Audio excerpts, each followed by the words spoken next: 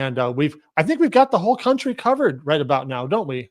Will, you, let everybody know where you're at. Yeah, I'm in Sacramento on the West Coast. It is really nice today. So Shut up. probably it's going to hit 75 and sunny and beautiful. Nice. And I'm in the middle, so I'm in Tulsa, Oklahoma, and it's raining like crazy. We're getting flood warnings, and it's probably 62, which I don't mind the 62 at all. The rain's a little bit much. And then the Patels, you guys are on the other side of the country. We are. Yep. We're on the East Coast in Atlanta. It's pretty cloudy. I think it's going to rain today too, but 75 and feels pretty good. No. Nice.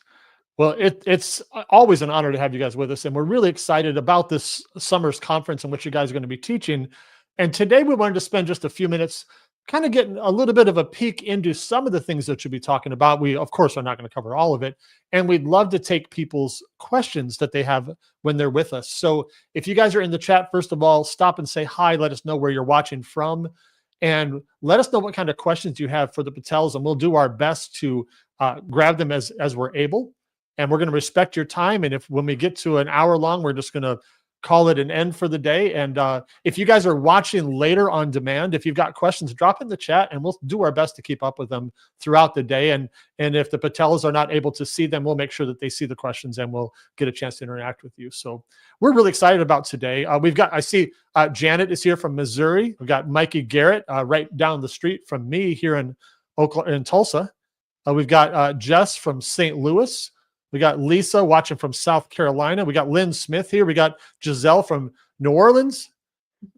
Jennifer's here. I don't know where Jennifer's watching from, but everybody's coming on pretty quickly now. This is going to be great. We actually just got to see Jess Perkins was visiting Atlanta. So if you guys are ever in the Atlanta area, we would love to have you at our warehouse. She happened to be in town and got to swing by yesterday. That's great. So Will, why don't you get started? Just kind of open up with a question for them, and we'll jump right into this topic. Yeah, definitely. So, I know we wanted to talk to you guys.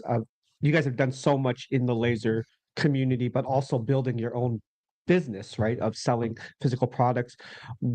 When we start, a lot of us sell to the individuals, but I know one thing we want to focus on now, and that you guys have kind of shifted some of your focus on, is selling B2B.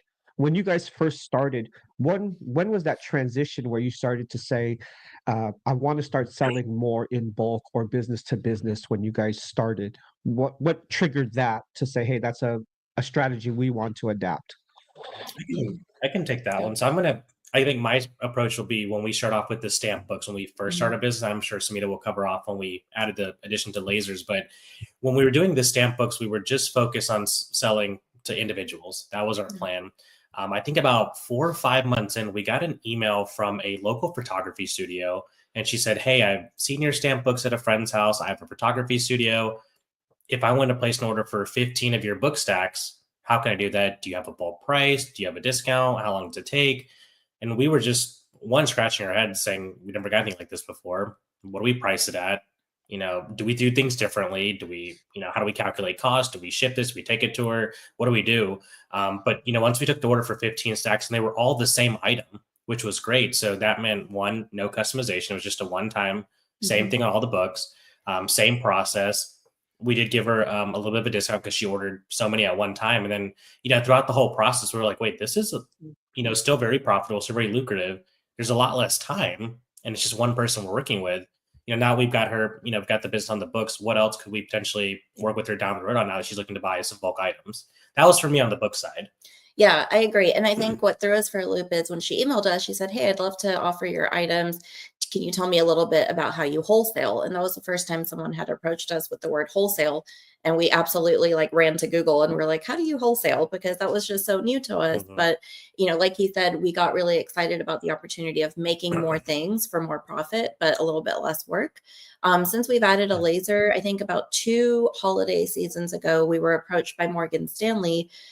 They have a local office here, and they wanted gifts for all of their clients. And this was, close to a $10,000 order.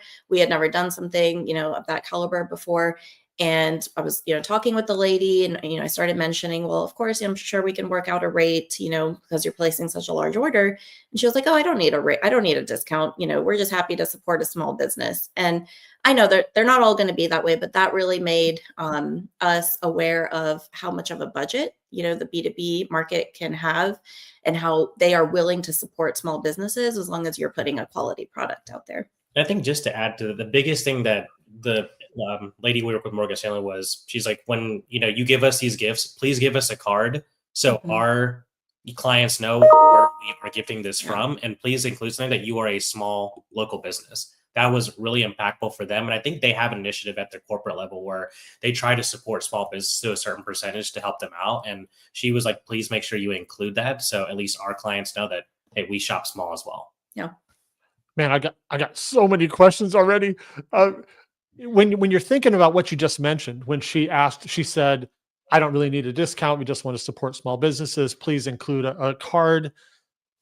Thinking of those types of things, what are some distinct differences like that you would find when you're dealing with businesses as opposed to individuals? And I'm not saying that individuals are bad at all. I'm just saying there are probably several differences, including those. Can you think of a few more things that make businesses different than dealing with individuals? Yeah, I think one of the good things is they're a lot less demanding in sorts, right? So we've all had that customer that's just really tough and wants super, an item super customized. But we found that corporations or businesses, they look at what you're offering.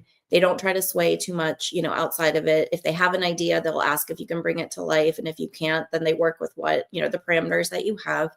They usually have a budget in mind. So upfront what, they are willing to spend and what product will fit best with that.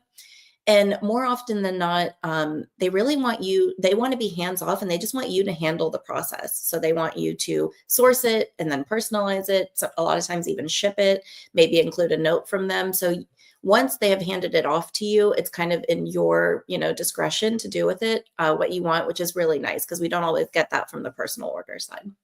Yeah, that's great.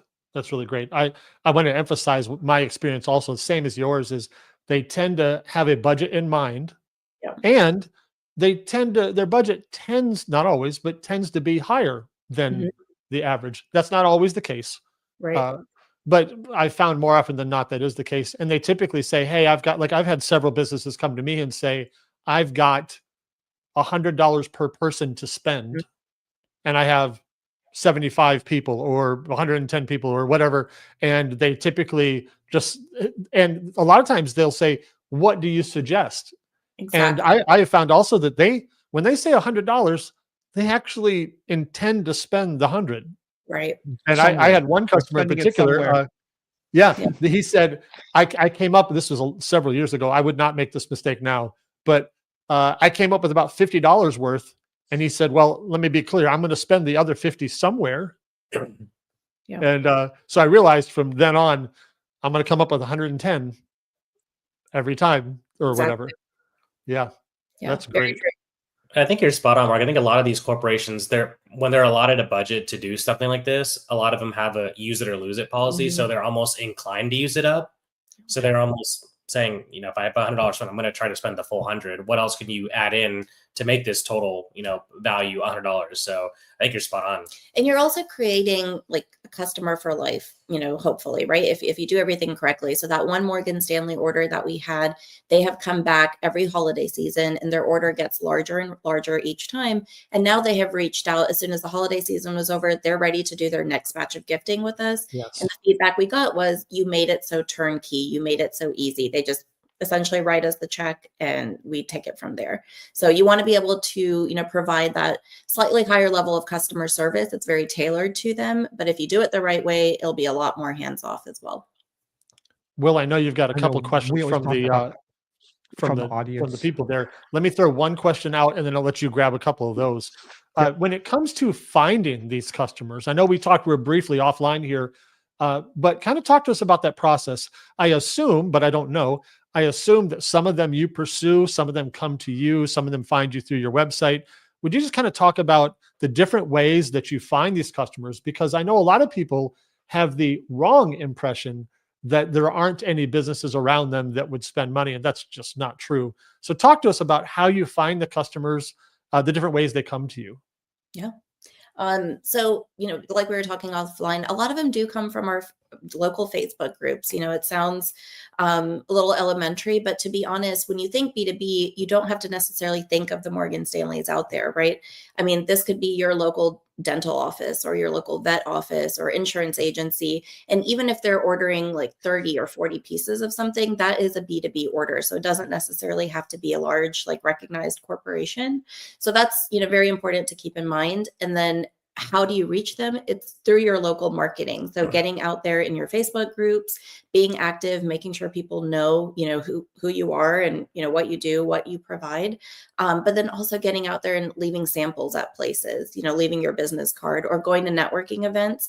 I always take samples of things. So if I'm going to walk into a networking event, I'm not going to just take a cup. I'm going to take a cup that's engraved. So when someone asks me, oh, what is laser engraving? I can show them instantly and they're going to resonate with that item instead of me just saying, oh, I do laser stuff. And then half the time they think we do laser hair removal. Like people don't know outside of this world, right? So it's really important to be able to show them what you can do.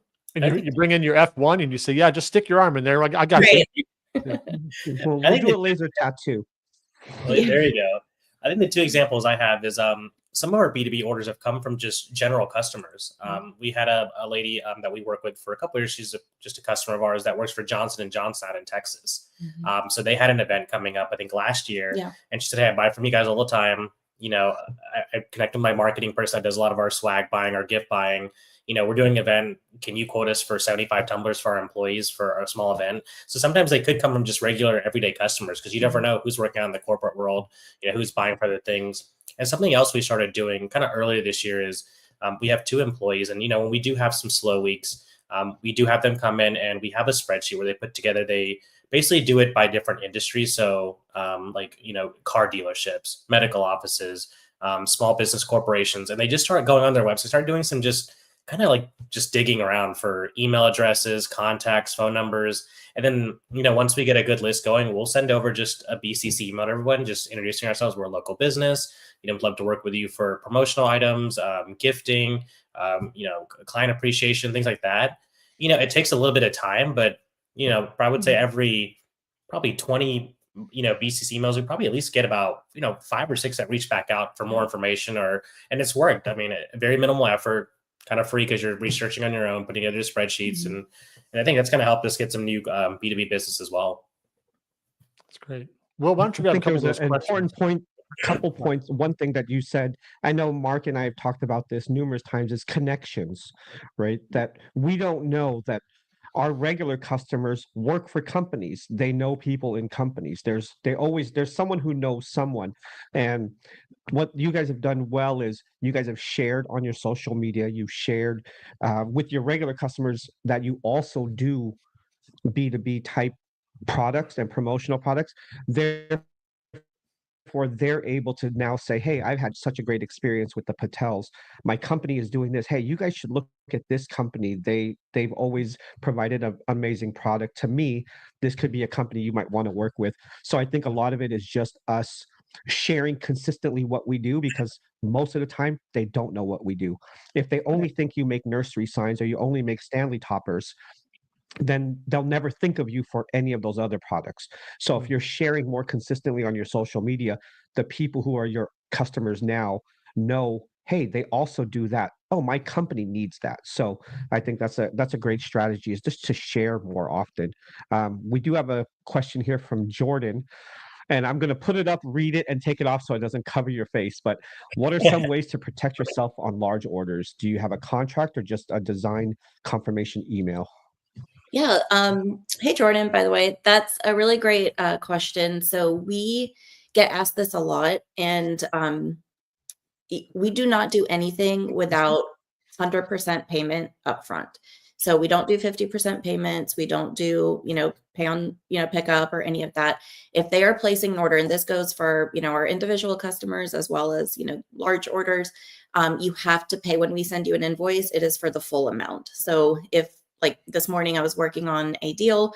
This lady wants 30 sets of the Maker Flow, 11-piece sets. I don't have 30 of them sitting in our warehouse. So I obviously am going to, need to go order some more. So before I do any of that, or if I, expend my energy on ordering, sourcing, all of that, I want to make sure that we have this order and it's paid in full.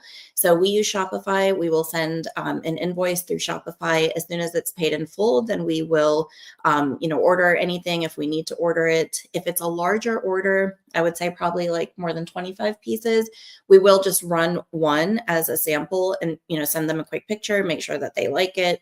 Otherwise, we don't voluntarily offer that we will do a proof or a mock-up unless they request it. So that's kind of how we protect ourselves. We just make sure we're paid in full. That's great. That's really good. Man, I've got so many Yeah, so questions. I'm reading the questions here also in the chat there as well. Yeah, let me throw this other one. I think Jess had a question here for you again. Regarding wholesale versus bulk, do you have a different pricing structure for each? And how do you determine that, for example, when I sell straight to gift shops for wholesale versus doing a bulk amount of promotional items for a local business? That's a really good question. I can take this and you can chime in. So when you're looking at wholesale versus bulk, kind of like you mentioned, when you're selling to someone that's going to resell it, you have to take the price down a little bit because they're going to put a markup on it, they're going to resell it. Whereas if it's someone like a corporation that's giving it out for client gifts, they're just gifting it. So it really comes down to that gifting versus reselling. If you're going to be selling it to a local business or a mom and pop that's going to be reselling your products, I think your pricing probably has to be a little bit less, obviously within reason, versus gifting. You can probably keep it a little bit higher because they're not going to resell or not putting any kind of pad or margin on it. It's just going straight as a gift. Yeah. So for to get into some specific numbers, when we do wholesale, we typically do about 40% off of our retail price. I know typical wholesale is at 50%, but we've been successful in just offering about 40%. And I feel like one of the ways that we do that is we don't actually put our branding on the item. So if we are giving, let's say a batch of ornaments to a local boutique, because we also offer that, item on our website for a slightly higher price, we don't want to have to compete with that boutique or have them feel like they're competing with us. So we actually will not put our branding on it, but that's how we get away with only having to discount it 40%. Versus if we're doing a bulk order, let's say back to Morgan Stanley, they ordered, let's say 100 cutting boards. We may just do a 10% discount or max 15% discount. We really try not to exceed a 15% discount for any bulk orders. So there is a big, percentage disparity between bulk and wholesale. I think it also comes back to that, like you said, the budget. Some of these B2Bs will tell you, or even, someone that's gifting, like my budget per my bachelor party is $20 per groomsman or bridesmaid. So you'll know up front, in terms of, do you need to offer discount? Do you not? Like, what does that kind of look like? Yeah. I mean, I'll share my thoughts on this, but I'd love to hear yours, even if you disagree, because you guys have probably more expert on this than I am. But I know for me, one of the things I have to keep in mind when someone's wanting to resell something they're buying from me, the first thing I have to think of is I am not obligated to meet that need for them.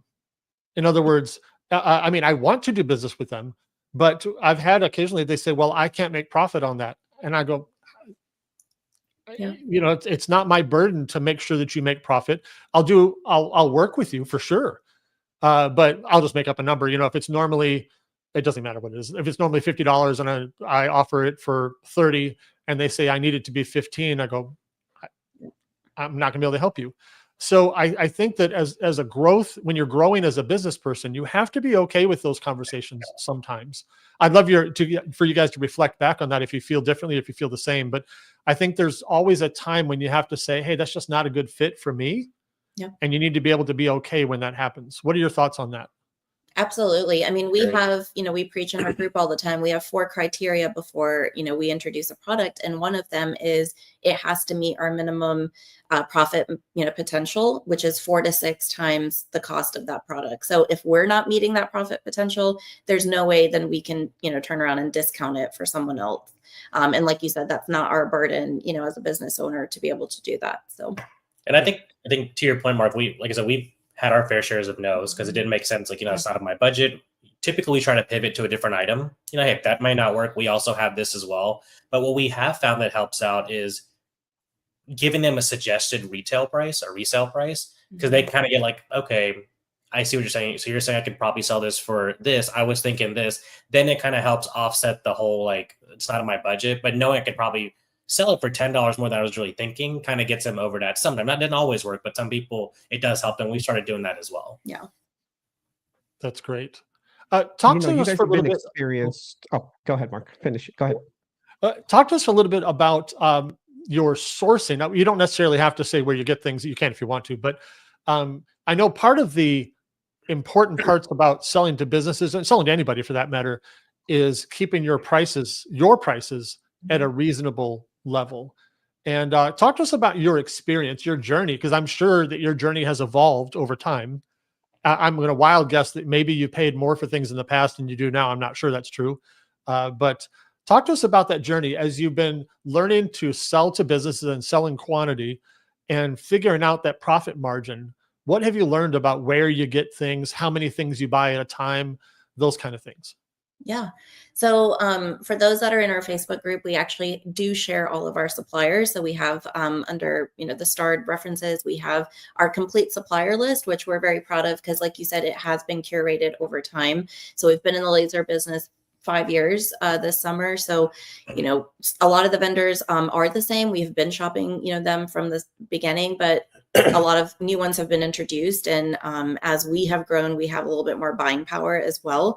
I will say that we don't source from overseas. I mean, obviously, I know a lot of the products that we use come from overseas, but we shop with suppliers that are US based because we like having, that quick shipping speed. So if like this morning when I got that large order, I can turn around and support Maker Flow, who's also a small business, but know that they will ship it to me, next day if I need to. So I have that support and I have someone to be able to talk to instantly, which is really nice.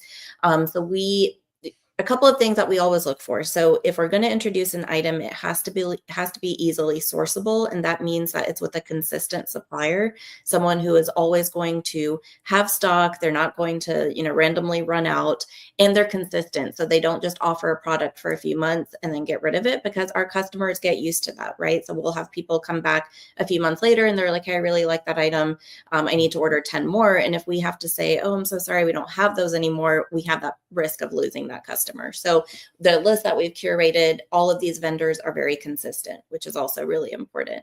Then that's part of our, 4-point checklist. Before we introduce an item, it has to be easily sourceable, has to meet that profit potential, and has to be easily engravable, because not everything that we offer or that you can source is something that can just easily be put in the machine. But very early on, because we both worked corporate jobs, we had to make a decision. If we can only have an hour next to our laser, do we want to make $500 an hour next to our laser or $50 an hour? So we intentionally chose items that are easily engravable. We always say easy in, easy out, right? We're looking for blanks that, we can bring in, engrave, and then they're out the door. That's great. Go ahead, Will. Yeah, I think those were very important things. One thing we talked about a lot too is if you want to scale your business, you have to have products that are scalable. Yeah. If something takes you 2 hours to make and you want to scale and you only have so many hours in a day, if you get 20 orders, what do? Right? You're extending your turnaround time, all of those things. But if you find products that you say easy in, easy out, high return on investment, that just makes the most sense to when you're growing your business, especially when you're going business to business where they're ordering bulk items. So Exactly. I was gonna ask, like, your journey, as a lot of us who just start out and we're starting business to business or even to consumers, the biggest thing we have a problem with is when we talk about pricing is saying no to customers. How was that changed from when you first started to where you are now to being able to say no? And how hard was that transition from getting to being able to say no more often? I think early on, starting off small, you want to make money, you want to get your returns, you want to be able to pay off your equipment. We would say yes to a lot of stuff. Yeah. And we would even on the fly source random items. If someone's like, I saw this really cool resin board and we didn't have it, we would go find a supplier to get it, even if it's just 1 or 2 pieces, just to keep the customer happy and stuff like that. And we're trying to pay off our machine. But I think now, that we've kind of grown a little bit, and if it's something that's out of our scope, or we kind of price it out, kind of doesn't make any sense. It's, we used to kind of feel bad to say no. We always try to pivot, saying, hey, unfortunately, this would be hard for us to source, or, would take a lot of our time. However, I do have this as an alternative option, which I do have available, ready to go. We always try to offer up a pivot. But I think it's a little bit easier to say no now, which is a blessing. For Sterling, we were just saying yes to almost everything. Like we would, bring out random tools just to get the jobs done where we could. And I think building this community has been a huge part of it, because we have grown more comfortable in our skin, and, just kind of where we are as a business, where if for, any absolute reason we really cannot take on that job, or we just don't have the tools to do it, then we feel comfortable passing that customer on to someone else who technically is one of our competitors. But we know that, we're in a comfortable place in our business where if they want to come back, they will come back. So through this laser community, we have over 800 people in our Georgia laser engraving group, and we always have, someone that we could send them to. So it's not a no, it's more like, I'm so sorry, I can't do this right now, but here is someone that can. So that customer still feels like you have given them, an option. That's really great. Excellent. I've got a couple questions here from the viewers, so we'll share a couple of these real quick with you. Where do you get your inspiration on deciding which products to sell? Great question. That's actually my sister, so I'm really glad she's tuning in. Oh, hello. So yes, that is a good question though. So it is hard to get inspired. I'm not going to lie, because neither of us are creative people, right? I'm an attorney and just in sales. Like our mind just doesn't work that way. So we do take a lot of inspiration from, what we are seeing trending in the market. So if we, go somewhere and we see oh, wow, people are really talking about weddings right now, or, it's graduation time, we kind of gear it toward the time of the year that it is, but also, what are some items that people, may gravitate toward and really want to spend kind of that extra dollar on, right? Because this has been a tough year for a lot of people, and they don't necessarily have a lot of disposable income. So they're being a lot more mindful on the things that they are spending money on. So we want to make sure it's good quality, it's something that it's going to last, and something that can celebrate an occasion. As long as we're hitting those, I feel like that's really where the true inspiration comes. But, Etsy is a huge one as well. We love supporting all of the file designers on there, because we can't make files ourselves. So if we have an idea, we usually go to Etsy to try to find a file that we can utilize. So I think that's where. And I think also for us is, a big thing for us is, whatever item and inventory we have now, if there is opportunities for new equipment or new technology to introduce and kind of recreate something new with the same material, like a cutting board. We've typically engraved them, but now we're starting to, UV print on them to offer up something different, new inspiration for our customers. Like, hey, it's the same item, same affordable price. However, now we're introducing new technology to make it a little bit different. We've kind of used that approach a lot to kind of help out as well. I really appreciate what you just said a minute ago too, is because a lot of people think, hey, I'm not creative enough, I can't do this. And that's just not true. Yeah. That it really isn't. There is space for everybody to, regardless of how creative you are, where you are in the creative spectrum. In fact, I will say in some ways, the more creative you are, maybe the more it gets in the way sometimes, because really every squirrel is worth chasing sometimes. And it's really not, of course, but I just really appreciate that, because you guys have been so successful and you're such a great member of the laser community and teaching everybody else and being transparent in who you are and how it works for you. And I think that's pretty encouraging. I think there are people out there right now who think they're not creative enough, and that's why they're not successful. And I'd call BS on that, right? It's not true. Absolutely. I mean, we're two of the last people really who should have gotten a laser, when we did. And it was during COVID, and we just thought it would be interesting. Anuj has been always pretty crafty, but I certainly am not. And it's really about having that business sense and that drive and that motivation to offer something that a customer is going to resonate with. And I feel like if you're leading with that, your business will grow. So, all of the other stuff, the creativity and the files and the equipment, all of that is something you can learn about, but at the end of the day, you have to have that drive to be able to create a quality product. And I'll share this for creativity, just for kicks. When we first got our laser and I had to remove backgrounds for images, I was using Microsoft Paint. Yeah. And I probably still do today on certain things. Just I'm not that creative. But again, if I can do it using Paint, and now there's so many people that are willing to help or even pay for services to help you remove images or convert things to SVGs, we do it all the time. We support other makers. Well, and I would say that you guys are very creative. You're creative business people. And I really recognize and appreciate that, because that creativity expresses itself in all kinds of ways. And, You're right. and you guys are very creative, and you found a way to be very successful in your creativity. So I think it's very cool. Thank I you. love it. Thank you. Yeah, absolutely. Man, there's several more questions. You want to grab a few more, Will? We'll Yeah, see if we let's can get grab to this all of one. them. This is Mikey Garrett. Have you ever had someone claim they were missing a few units from their order despite knowing you counted and they were all there? Is the best practice just to apologize and give them the additional units? That's a great question. We actually had this issue earlier this year. So for a upcoming wedding, a customer dropped off, I think it was 150 Yeti cups. We invoiced her. She paid. Us and our team ran the orders for her. She came to pick them up, and when she picked them up, she was like, "Hey, there's 8 missing."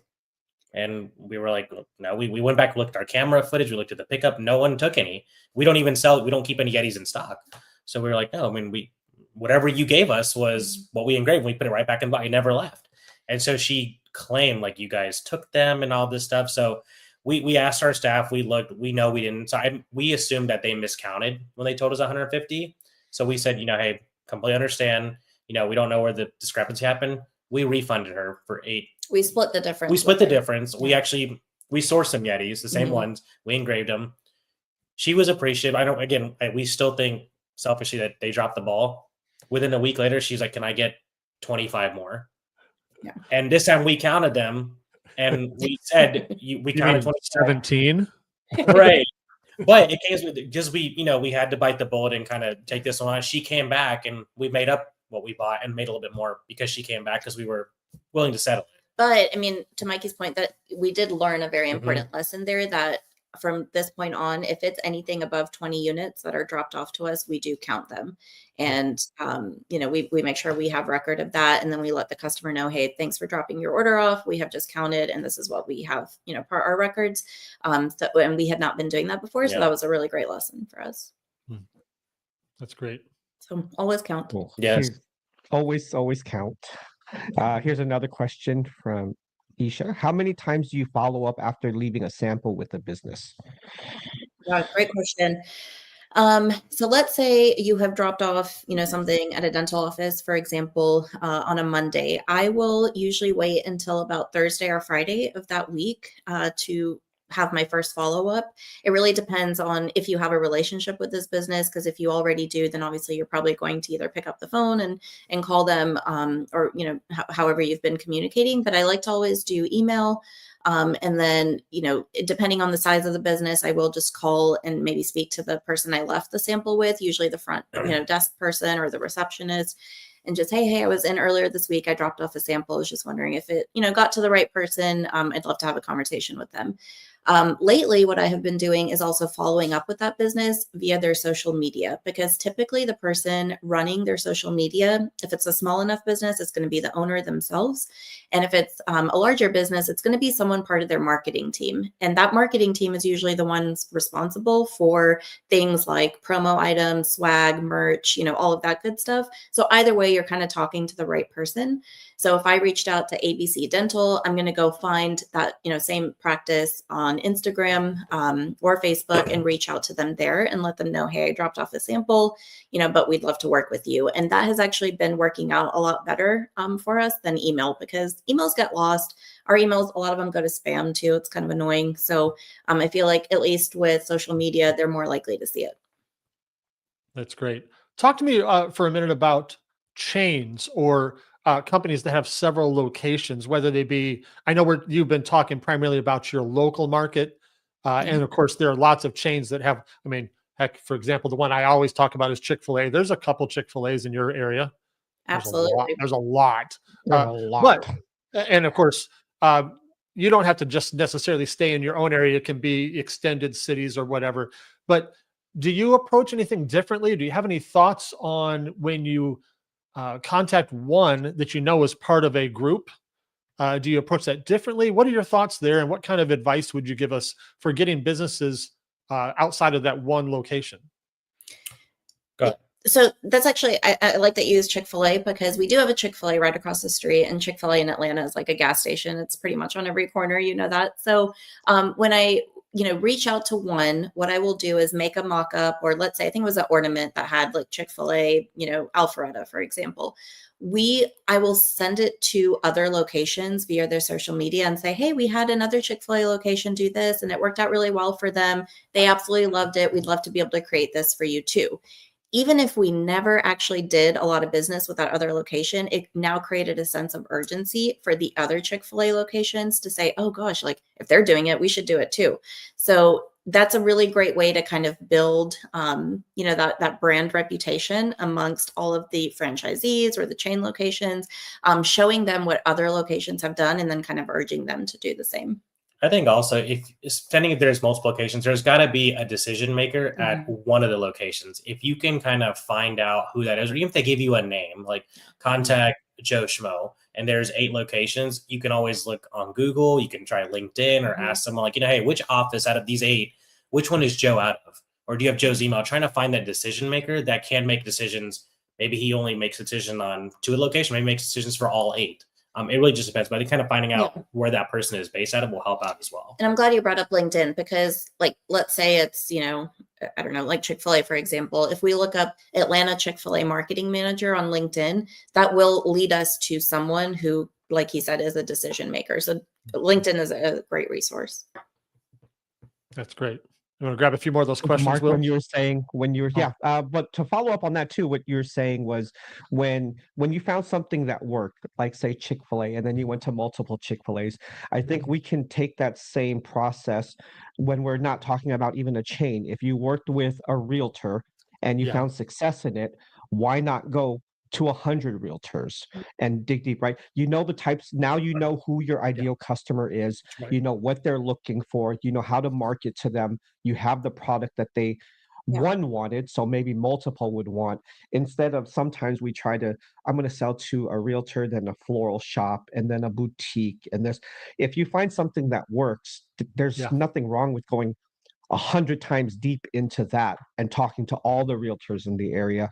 I think same thing with Chick-fil-A. Once you found that one ornament or one award for like what you do, Mark, worked with one, it works for multiples. And now you're not trying to find sourcing 30 different types of materials, all these different products for all these different branches of companies. Now you know, hey, they all want cutting boards, they all want coasters, they all want awards, they all want ornaments. So I think that's a good strategy. Is I'm guilty of doing that. I find something that works and then I'm like, ooh, though this company might want something, and then I have to come up with a whole new strategy on things they might want versus, oh, it worked with one floral shop, I can go talk to 50 floral shops and know that they all primarily want the same thing.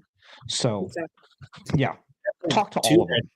Share that on your social, like the example you did with the champagne. We had a realtor drop off a case of champagne bottles, which we put a UV DTF on. And, when Sumita shared that in the Facebook groups and our social, we had about 4 or 5 other real estate agents reach out to us like, hey, we do the same thing for our clients. Can you do it on this bottle or a bottle of wine or this? And that's picked up some additional business as well. So you just never know who's, looking out for what you're doing for others to kind of say, can you do the same for me? And a lot of times with our F1, for example, we have a slightly different approach. Like we don't take our F1 to shows, we take them more to events. So we offer and market our F1 like on-site, engraving capabilities as a service that you can pay us for. And we will show up and offer it as kind of a premium, like luxury service that if you are having like a conference or like a women's, retreat or something of that nature.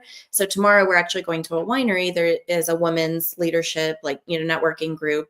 There's only going to be, I think there's like 100 people that are going to be there, but these are all influential women in our community. So even though we are being paid to be there, our benefit is that now 100 other people who work for large corporations and networking groups, they're going to see this service that we offer, and we hope to grow that part of the business that way. So you want to be really strategic about what you're saying yes to and where you're showing up. And the segments are endless. I'll give you an example. I obviously work in the food industry. My team was at a show last week, and Kraft Heinz had a little booth there. And my team said they actually paid a company to come out to emboss or do something with little miniature ketchup bottles for people that are going by their booth. Something so silly, so simple, but they paid a company to come out do that to create that that experience for their people to attract people there. So, and I'm sure it was paid up front. They weren't probably charging. It's a big show. So. you just never know where your next opportunity could lie. That's really great. One of the things I was thinking about earlier in regard to doing business with businesses is your orders tend to be larger naturally than individuals, perhaps. Is there any kind of wisdom you can share with us about how much of something to keep on hand, or is that kind of an art and not a science? What are your thoughts about that in general? Or do you kind of just keep a couple on hand and then wait till an order comes in, and then order what you need? What are your thoughts there? Yeah, that's a good question. So that has definitely evolved. When we were at home, we had limited space, right? So we would, I think, usually keep about like a month's of inventory on hand. We kind of knew how much we would go through for each item. That's also where that checklist, those 4 points really come in key, because as long as you're being strategic about what you offer, you won't end up with 100 different products. Your goal is really to streamline your products, offer less products, but that way you can carry more of them because you're going through them a lot quicker. So now that we have a little bit more space, we usually keep about 60 to 90 days worth of inventory on hand. So that way we're not having to reorder, all of the time. So about once a quarter, we'll do like a big order for all of the things that we have used. But that usually gets us through the next couple of months. And every now and then, like the order today that you got will pop up and there's a deadline. She's like, can I get it by end of next week? And, looking at, we don't have that much to support the 30 boards. So, every now and then we will have to place a rush order, but that kind of goes back to working with those reliable vendors that, have product on stock, are quick to easy to communicate with, quick turnaround times, quick shipping times. It definitely helps us out as well. Yeah. Do you find, I think I know the answer to this already, but are businesses just like individuals in that some of them plan ahead and some of them don't? Or do businesses tend to skew a little more toward planning ahead because they have to? What have your experience been there? I know there's always exceptions, but I think my experience has been that businesses just by nature have to plan ahead. Not to say that there aren't any last minute businesses, of course, but what have your experiences been there as far as timelines? Yeah, I think they're usually plan ahead, right? They're usually plan ahead. Every now and then you'll work with a couple. It's like super last minute. Yeah. Do you have this in stock? Can you turn around for me? Like, I need it by this. I completely forgot. You will get those every now and then, but for the most part, like the Morgan Stanley, the Johnson Johnson, they'll give us a good heads up. Like, hey, we're starting to plan for the holidays. We're expecting a range of this many, client gifts. It could change. It'd be more or less.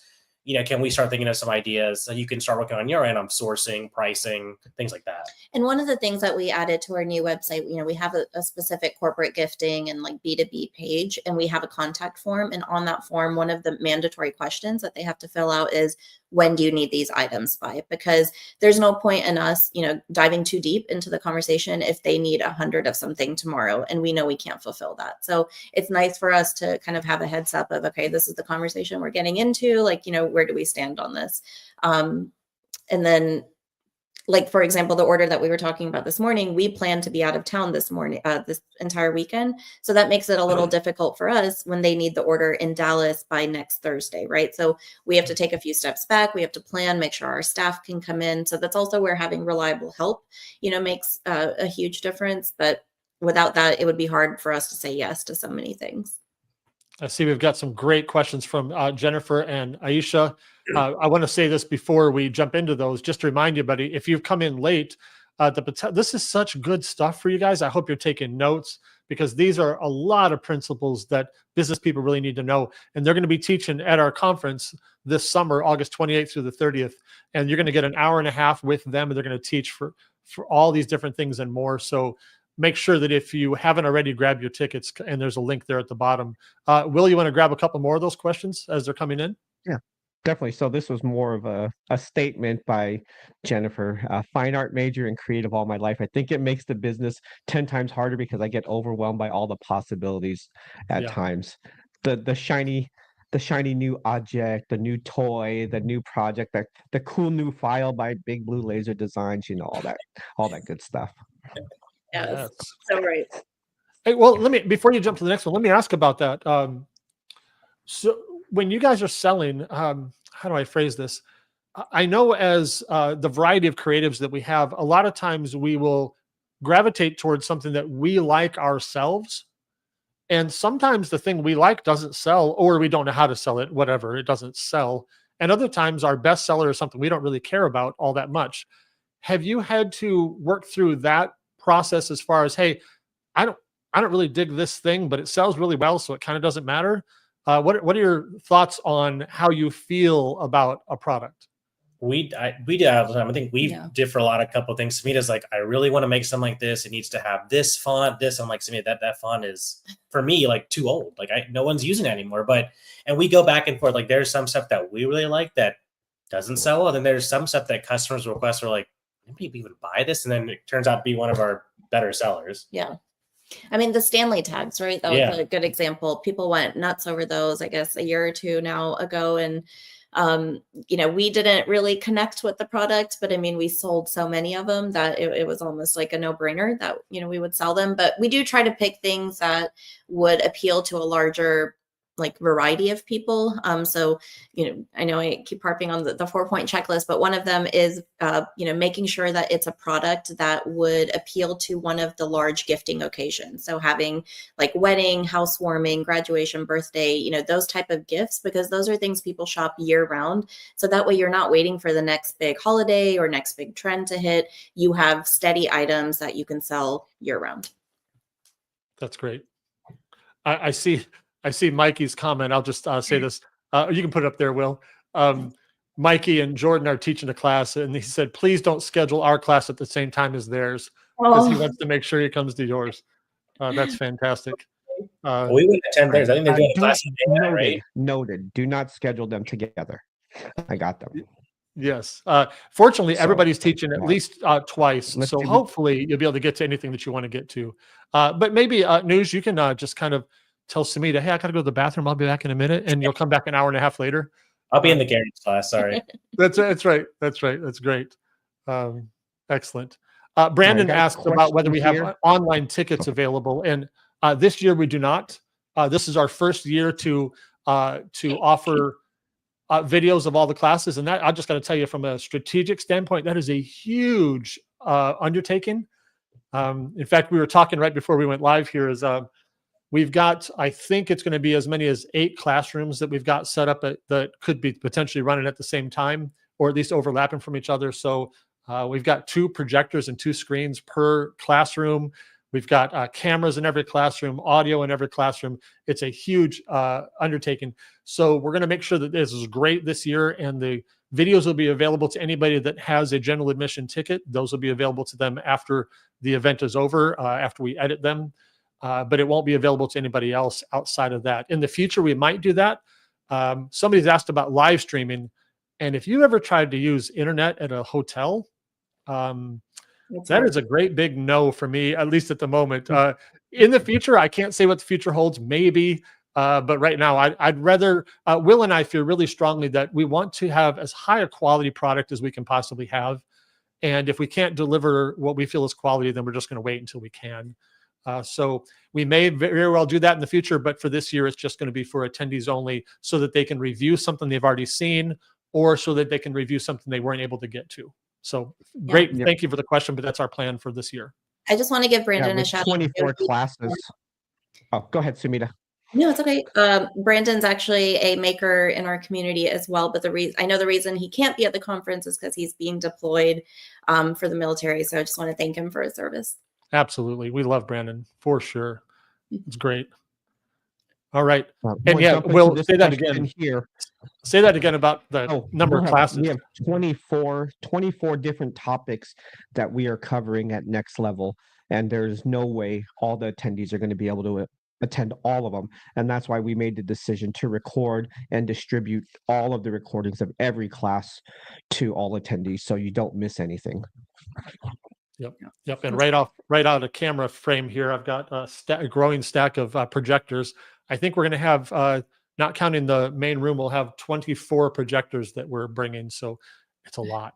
That is a Yes. lot. 24 projectors, 24 screens, 9 people operating cameras to record every single session, the audio involved with it. So it is, we've gone each year, we've stepped up, and I think this year from last year will be the biggest jump as far as everything that we're trying to accomplish with general sessions, breakout classes, a larger vendor room, all the things that entail the entire conference is definitely going to take even a step up from what you've been used to at the first 3. And it's going to be an experience as well as just an opportunity to network and learn. Let's see. I got this question here because I think this one's an important one, and I think you guys touched on it just a little while ago. Was, do businesses plan or do people wait last minute? Do you do anything special for your existing past customers or business to stay on top of their minds? That's great. So, Yeah, that's a great question. what are some things you guys do? Whoops, I can leave that up actually. We don't necessarily offer like special discounts, or we don't, really give them anything. But what we will do is kind of offer them some expedited and like more superior level of like attention and service. And I say that by, saying like, if this lady who emailed us this morning, typically we may have even said no to the order just because we're pretty overwhelmed right now. We have a lot going on this week. We have other orders to get out, but she is an 11-time, repeat customer. So because of that, I told her, hey, we probably, it's going to be a little tough for us, but I'm going to get it done for you. So I'm making sure that she knows that I'm going out of my way to accommodate the order. And for like us, that is us doing something, for a past business. So that way, we're helping them to stay on top of their minds. Though we do put in a little note card in every single order.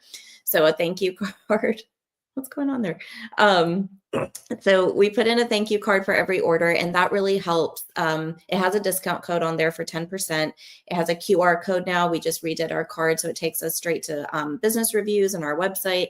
And we have found that really helps because that is just reminding them, to reorder with a discount as well. And something small we've been doing for especially larger B2B customers, decision makers as well, we'll send a handwritten thank you note, and we'll also create a couple items from our store, like whether it's a tumbler or a board for themselves or some kind of item, just as a thank you for, working with us, allowing us to, service them and their clients, their customers. That way, they feel like to get it. The Morgan Stanley guys, we've given them $100 gift card to like a local restaurant here, just to say thanks with a handwritten, like, hey, thanks for supporting us every year. That way they feel happy. It's something small for them, but I think it goes a long way just to say, hey, we appreciate your help every year. That's great. That's really good. Just kind of being on the radar for one way or another. It's really great. Apparently, I'm on everybody's radar right now because my entry door is right there. And that's fantastic. May have to change that. Man, this has been so rich, so good. As we kind of near the end of this broadcast, are there any, I'll put you on the spot, are there any kind of tips in general that you'd like to give us about working with businesses, kind of on any direction that you want, kind of something that's on top of your mind, maybe thinking about your experience when you first started, some ways that we could avoid. I know one question I had, I'll throw this one out to you. Are there any, whatever the opposite of red flags, are there any, when you're approaching a business or thinking about a business where you say, ooh, that may make me not want to do that? Or on the flip side, something that attracts you to a business that says, hey, this is probably likely to work out. Are there any kind of things that you watch out for good or for bad in that regard? So I think one thing is the communication. So typically communication will start with either us reaching out to them and then us waiting on a response, or, as of lately, especially since we've revamped our website, a lot of people fill out our contact us form and then we get the inquiry and then we reach out. So the communication has to be strong on both ends. As soon as I see that, our goal is like within 2 hours to be able to respond back to them. Because I know that a lot of our emails end up in spam, I will not only email them, but if they included a phone number, I will immediately either text or call them as well and just let them know, hey, this is Sumita with Homebound, got your inquiry, we'd love to help. So that way I'm making sure that, the communication is not failing on our end. However, if I don't hear back from them and then all of a sudden they reach out to us with a request, that's a slightly red flag for me, because that may mean they're going to be a little demanding. Maybe they don't have all their ducks in a row. So is this going to be a customer that's going to be a little bit more difficult to work with? But if their communication is strong and they're sending us exactly everything we need, that is like a A+ customer in our books. Yeah, that's really great. Things to think about. Don't be scared to reach out to your local, B2B or your opportunities. Yeah. I know a lot of people are always heading like, am I soliciting? Should I even been sending an email? Or someone going to be like, don't ever email me again, get kicked out? I think if you do it in a approachable way, again, if you're not an in-person person, definitely an email is totally fine as well. Or even like I say, if you're walking, or if you're going to drop off the sample, the worst they're going to say is, hey, thanks, I can't accept this, or hey, I'll leave my manager. And that's it, or a decision maker. But I think don't be scared to reach out. Don't be scared to, start finding out contacts, kind of digging, networking to kind of help you build that side of your business. So as the time comes and you start building those clients, you start building those portfolios under your belt, it's easier for you to reach out to them and start, having those easy conversations. And stick to your pricing. I mean, we're very big on pricing. We're very transparent with, how we price in our group, but we get inquiries all the time. People will screenshot things from other websites or Etsy and say, hey, I really need these 12 tumblers. This guy was, doing them for $10 each. Do you think you could have those to me, by next week? And we say, absolutely, we can have them, but this is our price. We use, quality products. We have attention to detail. And that's what you're paying for. And by the way, the quick turnaround. So, because a lot of times when you buy online, they have to wait for it to get shipped to them. So, don't be afraid to sell, yourself, and make sure that they know what they're paying for, but we will absolutely not budge on pricing. That's something we're very confident in and that we feel strongly about. That's really good. I was thinking about your website and how great it looks. And I was thinking about probably wondering what you had when you started, Yeah. which I'm sure is probably nothing, right? Or maybe a social media account, whatever. Talk to us about the importance of people being able to see your work, your portfolio, whatever word you want to use, because I think that's really important. A lot of people wait until someone asks, and then they try to come up with messaging, pictures back and forth. And I realized that we start in different places, and I have total respect for that. That we all are starting somewhere. But if you're just getting started, talk to us about the importance of people being able to see what it is you do, and maybe make a suggestion or two on, if you can't do a full-blown website yet, what kind of things can you do to help make that portfolio easier to see and easier for people to find and to share and to look through? Yeah, so we do a lot of mentoring calls as well. And one thing I have realized is a lot of folks will end up, if they don't have their website up and it's not in a good place, you at least need strong social media, because in our digital age nowadays, folks are used to the Amazon way of shopping, right? Where they can type in cutting board and they're going to be presented with hundreds, if not thousands of options. So that is what they are looking for. A lot of people, unfortunately, don't want to talk to you, and they don't want to get on the phone with you or, go back and forth. They just want to be directed to one source and be able to shop there and look for everything there. So if you don't have your website in a place where you feel comfortable sharing it, at least make sure that your Facebook or your Instagram represent some of your best work. So make sure you're consistent, you're posting multiple times a week. Maybe you even have folders, within your social media that show, like, this is my cutting board folder, this is my coasters folder. So people can easily search for it, because they're not going to go through all of your posts and, look for items. But really, a website, no matter what platform you're on, including Etsy, is really the best way to showcase your work. And to Sumita's point, it's everyone this day and age has an iPhone or an Android.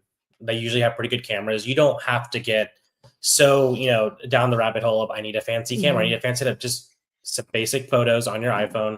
Sumita does a good job with filters and faux replica backdrops just to make it stand out. I think pictures are your form of advertising, and it's free because you're doing it all yourself. You're taking a picture, editing a little bit if you need it or you don't, and you're putting out something free like Instagram. So if someone asks, like, can I see your work?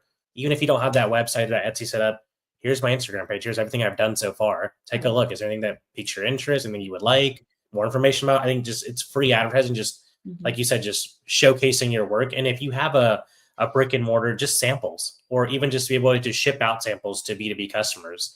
People like to physically see, touch, feel the product. Like, oh, this is a pretty heavy duty coffee mug with my logo on it, or I want to order some. I think spending a little bit for that sample budget, we like to call, totally goes a long way as well. Yeah.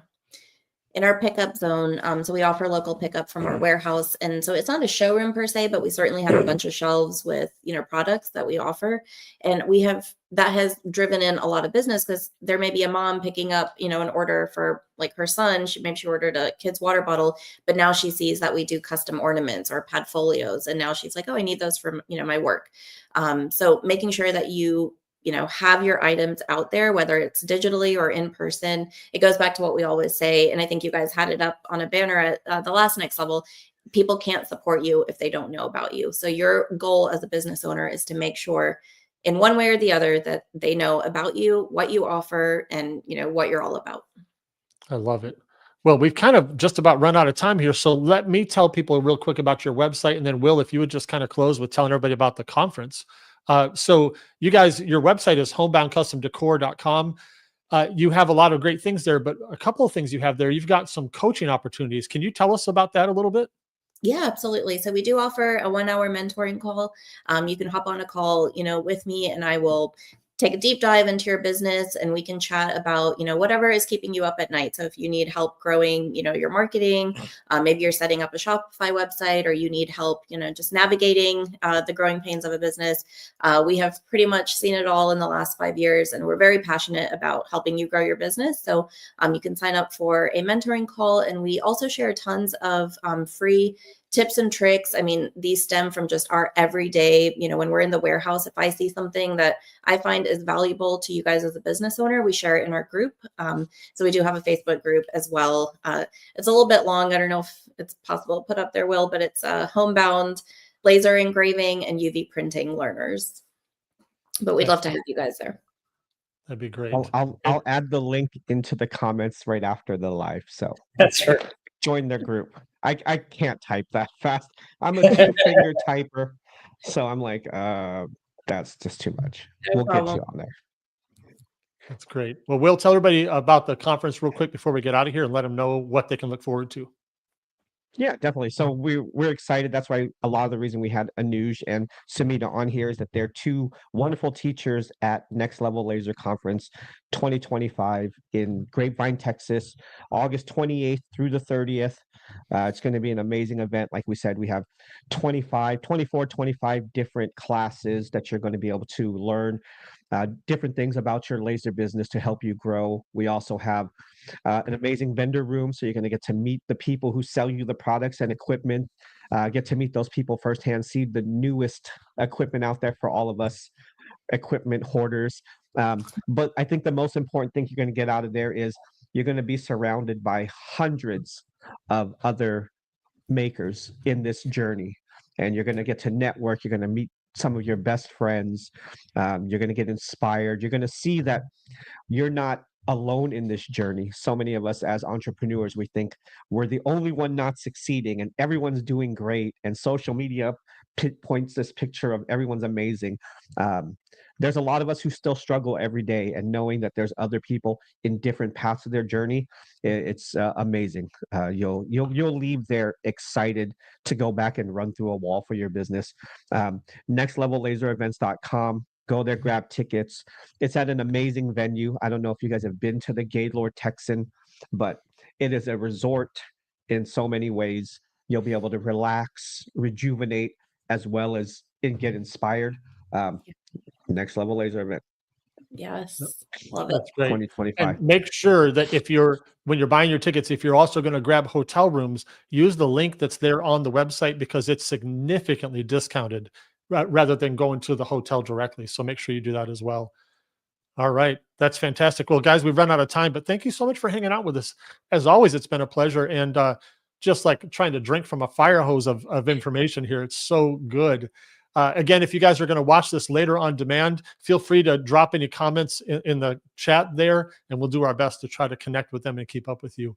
But until then, as always, we would love to see you in all the groups. Join their groups, join Will's group, join my group, join the conference group, and stay in touch with the community and let us know how we can help you grow.